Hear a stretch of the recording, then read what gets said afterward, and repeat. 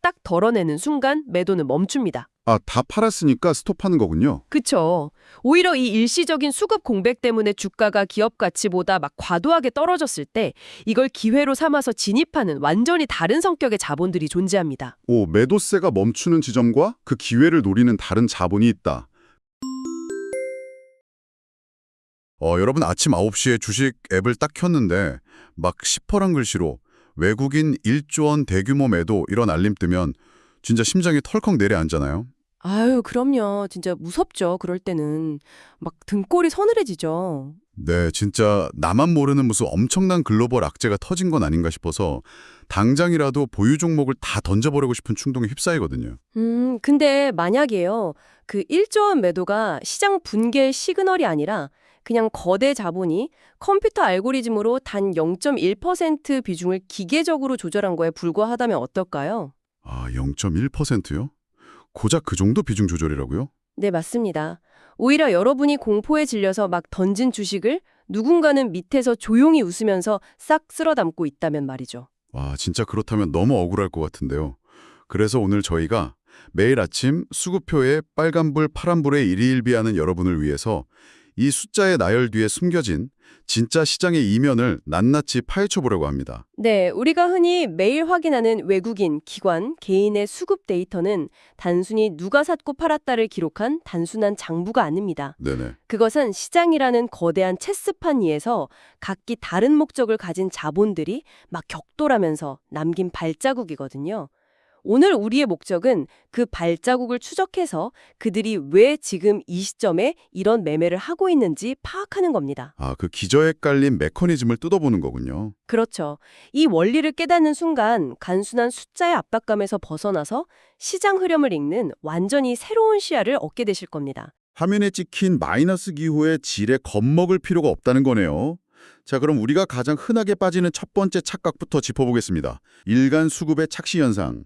언론에서 막 외국인이 오는 13주를 팔아치우며 셀코리아에 나섰다. 이렇게 대서특필하면 시장에 엄청난 공포가 조성되잖아요. 네, 세상이 무너지는 것처럼 보도하죠, 보통. 근데 코스피 시가총액 대비 외국인의 전체 보유 잔액을 살펴보면 이 13조 원이라는 숫자가 전혀 다르게 해석된다고요. 전체 잔액이 무려 1,700조 원에 달한다고 하니까 13조 원 매도는 전체 자산의 1%도 채 안 되는 비중이라는 뜻이네요. 네, 정확합니다. 비유를 하자면 통장에 1억 원이 있는 사람이 카드값 결제하려고 한 7, 6만 원 정도를 출금한 셈 아닌가요? 와, 그 통장 비유가 진짜 이 상황의 본질을 완벽하게 꿰뚫고 있습니다. 우리는 13조 원이라는 이 절대적인 금액 기준은 무게감에 그냥 압도당하기 쉽거든요. 개인한테는 뭐 천문학적인 돈이니까요. 그렇죠. 평생 만져보지도 못할 돈이잖아요. 하지만 글로벌 자본 관점에서는 전체 포트폴리오의 아주 미미한 리밸런싱에 불과할 수 있다는 겁니다. 1,700조 원나 굴리는 펀드 매니저가 한국 시장 비중을 단 1%만 축소하기로 결정해도 17조 원 매물 폭탄이 쏟아집니다. 아, 그러니까 이게 한국 경제 펀더멘탈이 막 붕괴해서 다 도망가는 엑소더스가 아니라는 거네요. 맞습니다. 글로벌 자산 배분 차원에서 일어나는 일상적이고 기계적인 비중 조절일 확률이 훨씬 높다는 뜻이죠. 절대량이 아니라 전체 대비 상대적 비율을 봐야 이 착시에서 벗어날 수 있습니다. 잠시만요. 비율을 1%만 줄이는 거라고 해도 어쨌든 13조 원이라는 거대한 돈이 한국 시장에서 단기간에 쑥 빠져나간다면 시장 전체 유동성 측면에서는 엄청난 충격 아닌가요? 날카로운 지적이십니다. 단기적인 가격 하락을 유발하는 건 당연히 맞죠. 하지만 여기서 핵심은 추세의 연속성입니다. 추세의 연속성이요? 네, 만약 진짜 펀더멘털이 훼손돼서 팔고 나가는 거라면 그 13조 매도가 내일도 모레도 계속 이어지면서 시장을 아예 구조적인 하락장으로 끌고 가겠죠. 하지만 단순 비중 조절이라면 목표한 1%를 딱 덜어내는 순간 매도는 멈춥니다. 아, 다 팔았으니까 스톱하는 거군요. 그쵸. 오히려 이 일시적인 수급 공백 때문에 주가가 기업 가치보다 막 과도하게 떨어졌을 때 이걸 기회로 삼아서 진입하는 완전히 다른 성격의 자본들이 존재합니다. 오, 매도세가 멈추는 지점과 그 기회를 노리는 다른 자본이 있다. 그렇다면 여기서 필연적으로 외국인이라는 집단의 정체를 해부해 볼 수밖에 없겠네요. 슬라이드 3번. 외국인은 단일 세력이 아니다. 우리는 흔히 외국인을 한 몸처럼 막 움직이는 거대한 단일 주체로 뭉뚱그려서 생각하잖아요. 네, 보통은 다 그렇게 생각하시죠. 저도 예전엔 그랬고요. 근데 사실 그 속을 들여다보면 펀드의 성격이나 매매 전략이 극단적으로 다른 자본들이 한데 뒤섞여 있다는 의미죠. 네, 주식시장 분석할 때 개인 투자자들이 범하는 가장 큰 오류 중 하나가 바로 그겁니다.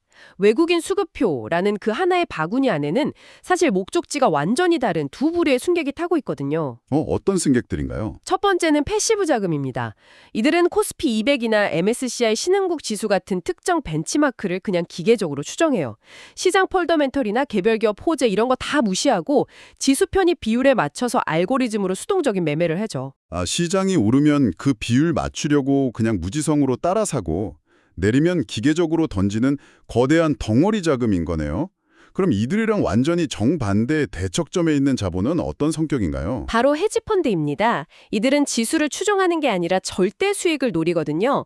롱숏 전략, 즉 오를 주식은 사고 내릴 주식은 공매도하는 복잡한 기법을 구사하면서 굉장히 빠르고 공격적으로 움직이죠. 약간 패시브 자금이 둔탁하게 움직이는 거대한 항공모함이라면 헤지펀드는 기동성이 엄청 뛰어난 날렵한 구축함 같은 느낌이네요. 그렇기 때문에 HTS 외국인 수급표에 마이너스가 막 크게 찍혀서 표면적으로는 매도 우위인 날이라도 실제 속사정은 다를 수 있다는 겁니다. 덩치 큰 인덱스 펀드가 지수 하락에 맞춰서 기계적으로 주식을 막 뱉어내는 동안에 날카로운 헤지펀드는 여기가 바닥이라고 판단해서 그 물량을 조용히 다 쓸어담고 있을 수도 있다는 거네요. 바로 그겁니다. 누군가 기계적으로 팔고 있을 때 누군가는 적극적으로 저가 매집을 하고 있을 수 있습니다. 따라서 외국인이 팔았으니 우리 시장은 끝났다. 이런 1차원적인 해석은 정말 위험하죠. 표면적인 매도 금액 이면에 그 자본의 성격을 추론하고 분리해내는 게 투자자의 진짜 역량이겠군요. 수급표 하나 이렇게 복잡한 역학관계가 숨어 있는지 몰랐습니다. 자, 그럼 외국인의 내부 구조를 쪼개봤으니까 이제 우리 시장 전체를 굴러가게 하는 큰 톱니바퀴들을 조망해 보겠습니다. 슬라이드 4번, 주식시장 3대 플레이어 해부. 네, 시장은 크게 외국인, 기관, 그리고 개인으로 나뉘고 명확히 구분되어 있죠. 이 세 플레이어의 생태계를 이해하는 게 시장의 큰 그림을 읽는 첫 단추입니다. 네네. 앞서 살펴본 외국인은 기본적으로 글로벌 매크로 환경에 반응합니다. 미국의 금리라던가 달러 환율, 글로벌 유동성 확장에 따라서 뭉칫돈이 들어오고 나가면서 코스피 전체의 방향성을 결정하죠. 엄청 큰 흐름을 타는 거네요. 네, 특징적인 건 이들이 철저하게 추세 추종 매매를 한다는 점입니다. 주가가 오르는 추세가 딱 확인되면 불타기를 하면서 더 사고, 추세가 꺾이면 가차없이 던져버립니다. 시장의 방향타를 쥔 선장 같은 느낌이네요. 그럼 기관은 어떤가요? 시장 방향을 주도하기보다는 약간 다른 역할을 하는 것 같은데요. 기관 투자자, 그러니까 연기금이나 자산운용사들은 시장의 거대한 방향성보다는 업종별 순환매에 집중하는 경향이 짙습니다. 이번 달에는 반도체 섹터 비중을 채우고 다음 달에는 자동차 섹터로 자금을 이동시키는 시기죠. 아하, 섹터별로 돌아가면서 움직이는군요. 네, 그리고 특히 연기금 같은 경우는 외국인의 대규모 이탈로 지수가 막 폭락할 때 구원투수로 나서서 저가 매수를 단행하거든요. 시장 변동성을 완화해주는 든든한 댐 역할도 수행합니다. 그리고 마지막 톱니바퀴, 바로 우리 개인 투자자네요. 여기서 제가 좀 의문이 드는 게 있습니다. 개인의 특징이 역추세 매매, 그러니까 떨어질 때 사고 오를 때 판다고 되어 있는데요. 흔히 투자의 대원칙이 쌀 때 사서 비쌀 때 팔아라 이거잖아요. 네, 그게 투자의 정석이죠. 기관이나 외국인이 막 던져서 주가가 싸졌을 때 개인이 그 물량을 받아내는 건 어떻게 보면 바닥에서 줍는 아주 합리적인 매매로 볼 수도 있을 텐데요. 이게 왜 불리한 플레이라는 거죠? 아주 일리 있는 질문이십니다. 싸게 사는 것 자체는 훌륭한 전략이 맞습니다. 하지만 문제는 개인이 사들이는 그 시점이 단기적인 조정을 받는 눌림목인지 아니면 기업 펀더멘털이 무너지면서 시작되는 구조적 하락장의 초입인지 구분을 못한다는 데 있습니다. 외국인이 펀더멘털 훼손을 딱 감지하고 추세를 이탈해서 던지는 물량인데 개인이 단순히 많이 떨어졌으니까 싸다 이런 이유만으로 받아내는 건 하늘에서 떨어지는 18원 칼날을 맨손으로 잡는 것과 같습니다. 떨어지는 칼날 무섭네요. 시장의 유동성을 공급해주는 고마운 역할이긴 하지만 안타깝게도 개인들 수익률 측면에서는 가장 참혹한 결과를 맞이하기 쉽죠. 하락의 진짜 원인을 분석하지 않고 그저 가격이 싸졌다는 그 착시표에만 의존하니까 칼날에 베인다는 말씀이군요. 근데 방금 기관을 설명하실 때 기관 안에도 성격이 전혀 다른 포식자가 하나 숨어 있다고 하셨죠? 슬라이드 5번, 기관 수급의 숨은 주역, 사모펀드, PEF. 보통 기관이라고 하면 룰 철저히 지키면서 묵직하게 움직이는 연기금 할아버지 같은 이미지를 떠올리잖아요. 그렇죠. 아무래도 보수적이죠. 근데 진짜 무서운 닌자 같은 존재가 따로 있다고요? 닌자라는 표현이 아주 딱 맞습니다. 이 연기금이 철저한 규정집 안에서 국민 노후 자금을 방어적으로 운용한다면 사모펀드는 오직 절대 수익이라는 하나의 목표만 보고 움직이는 특수부대 같아요. 와, 특수부대요? 소수의 고액 자산가들한테 자금을 모집하기 때문에 금융당국의 엄격한 규제에서 상당히 자유롭거든요. 이들의 정보의 비대칭성을 극도로 활용합니다. 정보가 더 빠르다는 거군요. 네, 대중에게 공개되지 않은 기업 내부의 변화를 가장 먼저 감지하고 공격적으로 베팅하는 스마트머니의 최정점에 있다고 보시면 됩니다. 약간 낡은 집을 싸게 사들여서 내부 싹 뜯어 고친 다음에 6개월 만에 엄청난 프리미엄 붙여서 되퍼른 부동산 플리퍼들이 생각나네요. 장기 투자보다는 확실한 모멘텀에 베팅해서 단기간에 수익을 쫙 뽑아내는 전략이군요. 맞습니다. 아주 비슷합니다. 그럼 이걸 우리 개인 투자자들은 실전에서 어떻게 활용해야 할까요? 덩치가 좀 작은 중소형주 수급을 보실 때 사모펀드의 움직임은 아주 결정적인 힌트가 됩니다. 평소에 거래량도 없고 시장 소외를 받던 중소형주에 어느 날 갑자기 사모펀드 창구를 통해 며칠 연속으로 강력한 순매수가 막 찍힌다. 네네, 그러면요. 이걸 포트폴리오 다변화 정도로 넘겨짚으시면 안 됩니다. 이들은 인수합병이나 대규모 수주 공시 혹은 서프라이즈 실적 등 일반 대중은 아직 모르는 아주 강력한 트리거를 사전에 인지했을 확률이 매우 높거든요. 와, 대박이네요. 사모펀드의 연속 매수세는 중소형주가 급등하기 직전에 뿜어내는 강력한 배기가스 같은 선행신호입니다. 사모펀드의 연속 매수는 곧 강력한 모멘텀의 전조 증상이다. 이거 진짜 잊지 말아야 할 실전 팁이네요. 그렇다면 이렇게 빠르고 영리하게 움직이는 스마트 머니들에게 물량을 대주는 가장 취약한 고리인 개인 투자자들의 심리 상태를 현미경으로 좀 들여다보겠습니다. 슬라이드 6번, 개인 투자자의 치명적 약점. 네, 아픈 부분이죠. 외국인들은 막 상승 추세를 타면 수익을 끝까지 끌고 가는데 왜 우리는 기껏해야 한 5% 오르면 불안해서 후다닥 팔아버리고 반대로 마이너스 30%로 물린 종목은 진짜 끝까지 껴안고 있는 걸까요? 그게 참 개인의 지적 능력이 부족해서가 아니라요. 인류가 진화하면서 뇌에 각인된 본성적인 오류 때문입니다. 행동 경제학에서는 이거를 심리적 회계, 멘탈 어카운팅이라고 부르고요. 또 처분 효과라는 개념으로도 설명합니다. 심리적 회계요? 네, 인간의 뇌는 수익의 기쁨보다 손실의 고통을 2배 이상 강력하게 느끼도록 설계되어 있거든요. 와, 이거 제 계좌를 보면 너무 뼈저리게 와닿는데요. 주식이 파란불로 돌아서서 마이너스 30%가 되면 그걸 내 진짜 자산의 손실로 인정하기 싫으니까 뇌에서 그 종목을 그냥 격리시켜버리잖아요. 심지어 저는 고통을 마주하기 싫어서 주식 앱 자체를 지워버린 적도 있거든요. 바로 이 방어 기제를 말씀하시는 거죠. 맞습니다. 카지노에서 딴 돈은 막 공돈처럼 여겨서 함부로 쓰면서 내 월급은 아끼는 것과 똑같은 이치예요. 주식이 마이너스 30%일 때 머릿속으로는 이건 아직 팔지 않았으니까 확정된 손실이 아니야. 이렇게 현실을 부정합니다.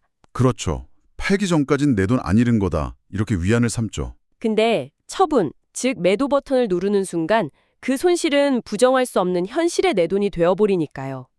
그래서 언젠가 본전은 오겠지라는 비합리적인 희망에 기대서 손실난 주식을 꽁꽁 가둬버립니다. 진짜 팩트 폭행이네요.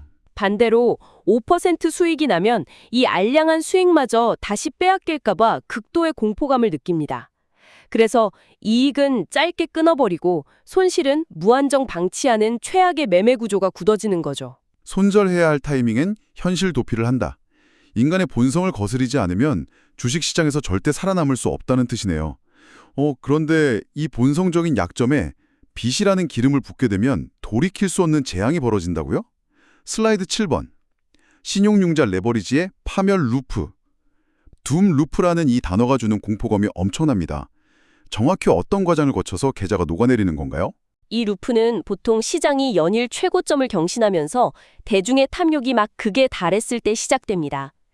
내 원금만으로는 수익이 성에 안 차니까 증권사에서 신용융 자료 받아서 내 자본의 2배, 3배의 레버리지를 일으켜서 주식을 풀매수하죠. 네, 영끌하는 거죠. 가령 10만 원짜리 주식을 내 돈 5만 원, 빌린 돈 5만 원으로 샀다고 가정해 보죠. 이 상태에서 예상치 못한 글로벌 악재가 터져서 주가가 7만 원으로 뚝 떨어지면 어떤 일이 벌어질까요? 담보로 잡힌 주식 가치가 떨어졌으니까 증권사에서는 자기들이 빌려준 돈 회수 못할까 봐 당장 돈을 더 채워놓으라고 엄청 독촉하겠네요. 네, 맞습니다. 담보 유지 비율을 맞추지 못하면 증권사는 고객한테 통보한 뒤에 다음날 아침 장이 열리자마자 8시 30분 동시 호가에 그 주식을 하한가로 기계적으로 내다 팔아버립니다. 와, 기계적으로요. 이것이 바로 개인 투자자들을 공포로 몰아넣는 반대매매, 마진콜입니다. 중요한 건 나 혼자만 반대매매를 당하는 게 아니라는 겁니다. 하락장에서는 수십만 명의 개인 물량이 한꺼번에 쏟아지면서 연쇄적인 폭락을 만들어내거든요. 시장 전체에 막 매도 폭탄이 떨어지면서 가격은 더 깊은 수렁으로 빠지는 거군요.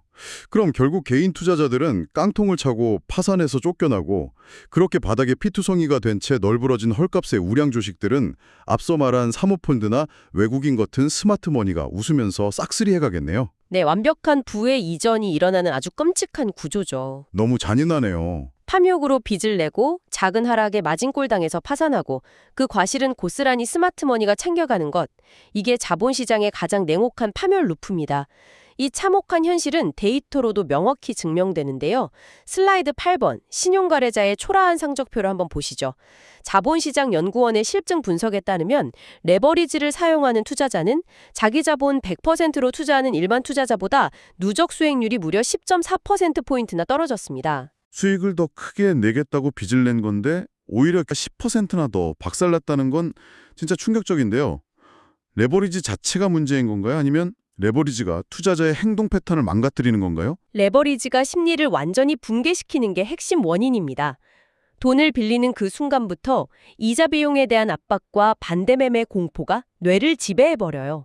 불안해서 잠도 안 오잖아요. 그래서 아주 작은 주가 변동에도 극도로 예민해져서 일반 투자자보다 무려 3배나 잦은 단기 매매를 하게 됩니다. 샀다 팔았다를 계속 하는 거군요. 네, 근데 잦은 거래는 엄청난 수수료와 거래세 폭탄으로 이어져서 계좌를 서서히 녹아내리게 하거든요. 게다가 이자를 덮을 만큼 큰 수익을 내야 한다는 강박 때문에 상대적으로 안전한 우량주보다는 변동성이 극심한 테마성 묻지마 중소형주에 베팅하게 됩니다. 결국 이 작은 변동성에 마진콜이 터지면서 파멸 루프의 희생양이 되는 거죠. 빚이 심리를 망치고 망가진 심리가 계좌를 파괴하는 구조네요. 레버리지는 절대 함부로 손대면 안 되겠습니다. 자, 지금까지 우리 개인들의 약점을 뼈아프게 직시했다면 이제는 전열을 가다듬고 우리가 올라타야 할 진짜 승리의 시그널을 찾아볼 차례입니다. 슬라이드 9번, 최고의 시그널, 쌍끌이 매수. 앞서 외국인과 기반은 투자 호흡도 다르고 관심사도 완전히 다르다고 하셨잖아요. 네, 물과 기름 같죠. 근데 이 두 거대 자본이 동시에 한 종목을 막 사들이는 순간이 있다고요? 마치 서로 앙숙인 두 미슐랭 셰프가 한 식당 요리 맛보고 동시에 별 5개를 딱 주는 그런 상황 같네요. 오, 아주 적절한 비유입니다.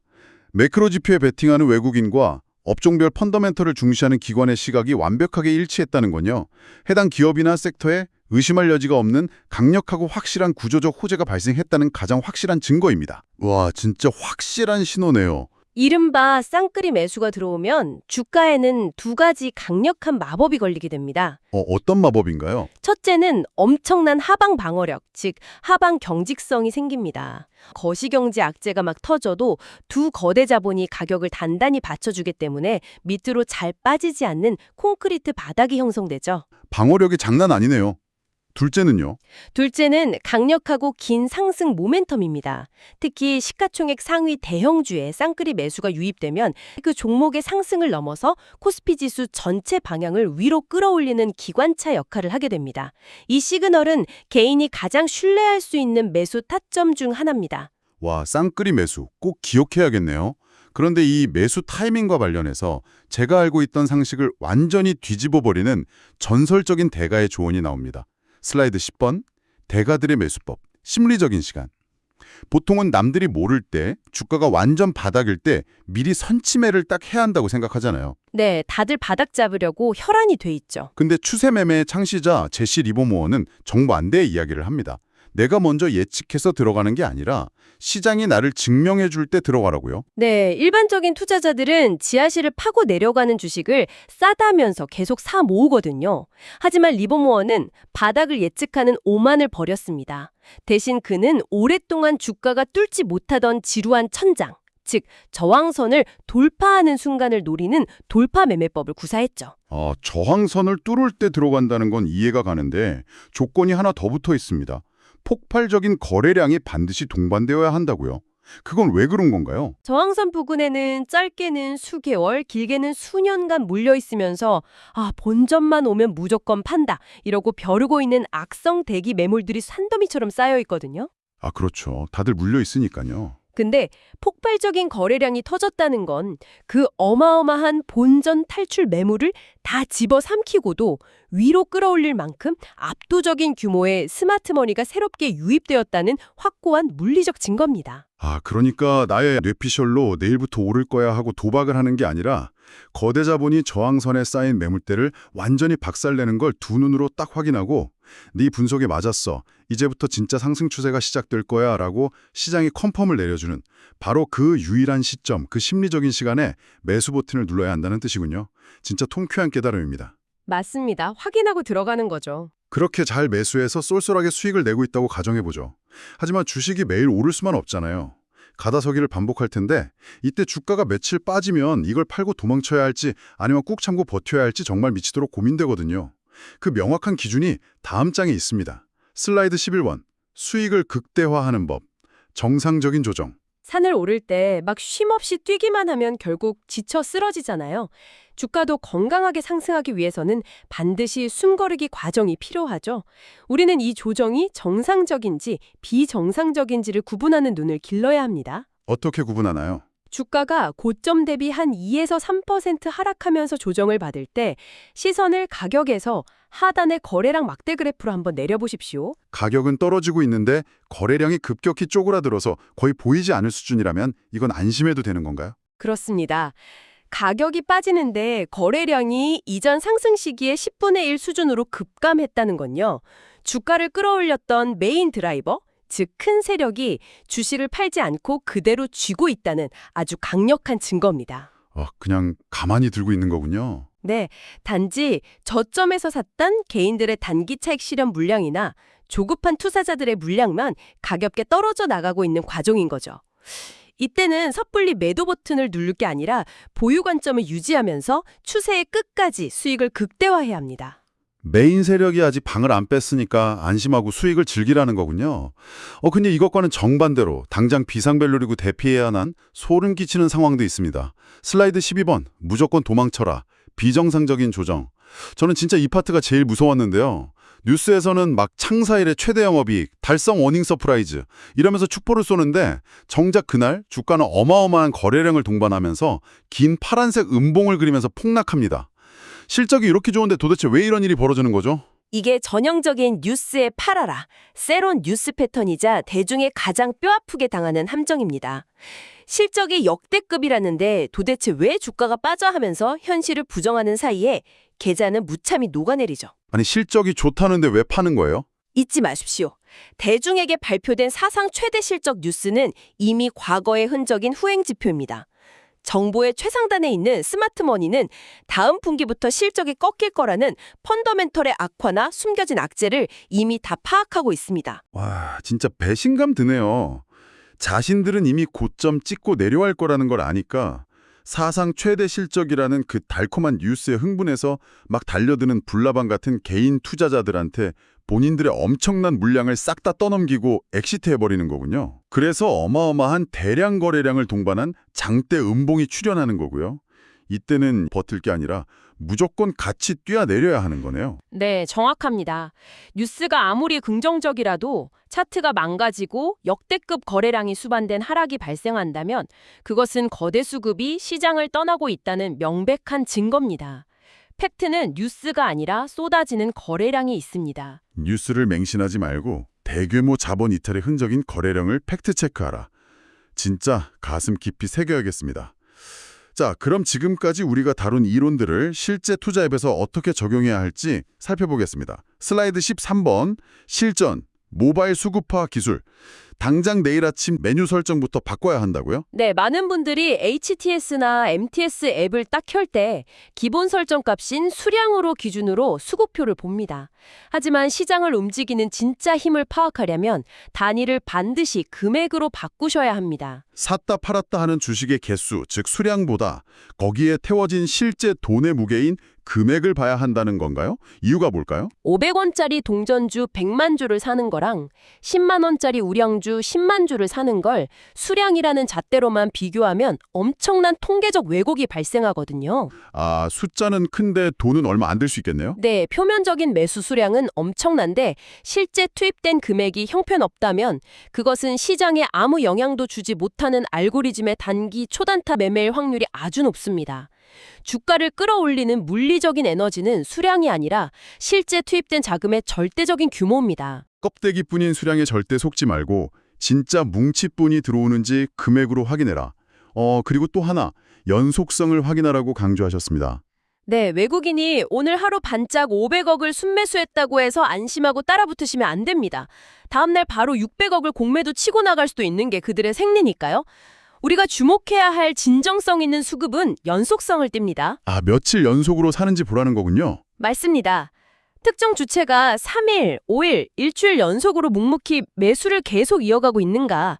이 연속적인 궤적이야말로 해당 주식이 구조적인 상승 추세를 타기 시작했다는 가장 강력한 보증수표입니다. 내일 아침 가장 먼저 단위부터 금액으로 딱 바꾸고 며칠간 연속으로 돈이 들어오는지 추적해 봐야겠습니다.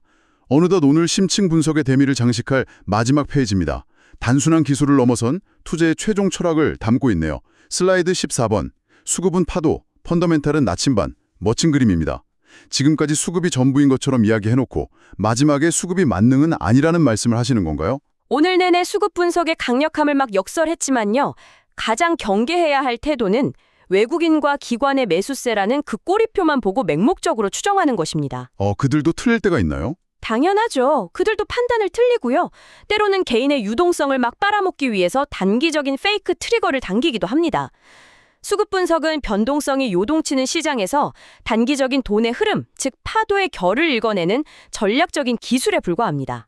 파도의 결을 잘 카면 남들보다 빠르고 편하게 앞으로 나아갈 수는 있겠죠.